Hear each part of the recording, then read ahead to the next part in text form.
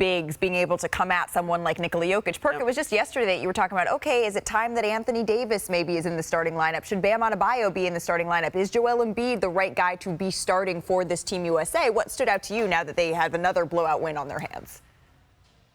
Well, I think, the part where Wendy was talking about the second unit, I mean, and not just offensively what they do, the impact that they have defensively, and it's contagious. We're watching Devin Booker, you're watching Anthony Edwards on the perimeter fight and get over ball screens, picking up 94 feet. All of a sudden, that's triggering the back line of that defense, that duo, the Kentucky boys, and Anthony Davis and Bam Adebayo to be on the same page. It kind of looked like KG and Kendrick Perkins in 2008, that big-to-big tandem. But look, on the flip side of things, here's the thing that stood out the most, right? The physicality. The physicality of the Olympics and watching the NBA is night and day, and they're getting this done without Kevin Durant. He still haven't played. Great point. So just imagine you throw Kevin Durant in the mix, it's definitely going to be a problem. But I'm loving how Team USA stood on business today and making a statement. They should approach every single game like this. Perk, you were not on the show the other day when your best buddy, Richard Jefferson, was suggesting that Steph Curry should come off the bench maybe, and they should go with this all-big lineup. No. Did you see what Steph Curry did today? Steph Curry had 6 3-pointers, 24 points. I mean, he stretches the floor and creates so much space. Even when they guarded him, they can't guard him, right? Even when they're fouling him, they can't stop him from making those threes. And you create so much space with him out there.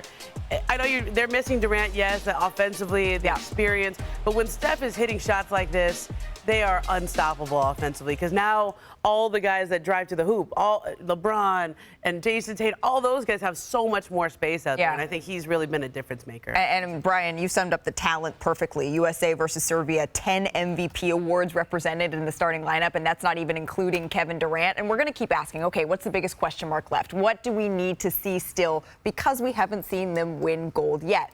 For me, the biggest question mark is France. France, question mark, right? Can they continue to play like this against a team with the size of France? What's your biggest question remaining here, Brian?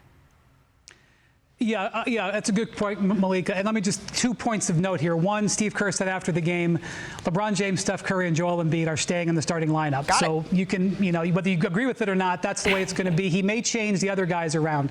The second thing is we have a minor update on Kevin Durant. He is making progress, getting closer, is what Steve Kerr said.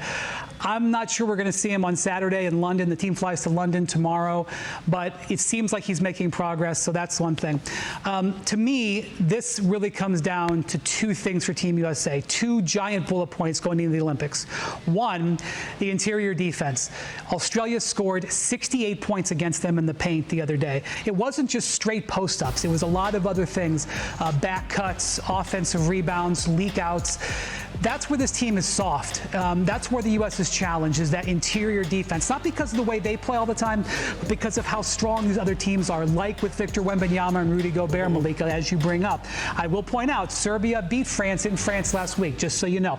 The second thing is focus. I cannot say this emphatically enough because it seems simplistic, but I'm telling you, as someone who's covered Team USA for 15 years, the difference between a 48-minute game and a 40-minute game in FIBA is night and day. Yeah. All these times we see games where in the NBA where there's a 16-point, 18-point lead and the team comes back, because teams that have leads tend to just let their guard down. It's not possible that you will get beat in FIBA doing that, and that's what the NBA players are kind of wired. This happened the other day against Australia. They're up 16 points. They let their guard down thinking the game is won. They're all of a sudden it's a 4-point game. They don't have that margin for error like they do in the NBA. Here, they get a big lead in the second half. They push it out.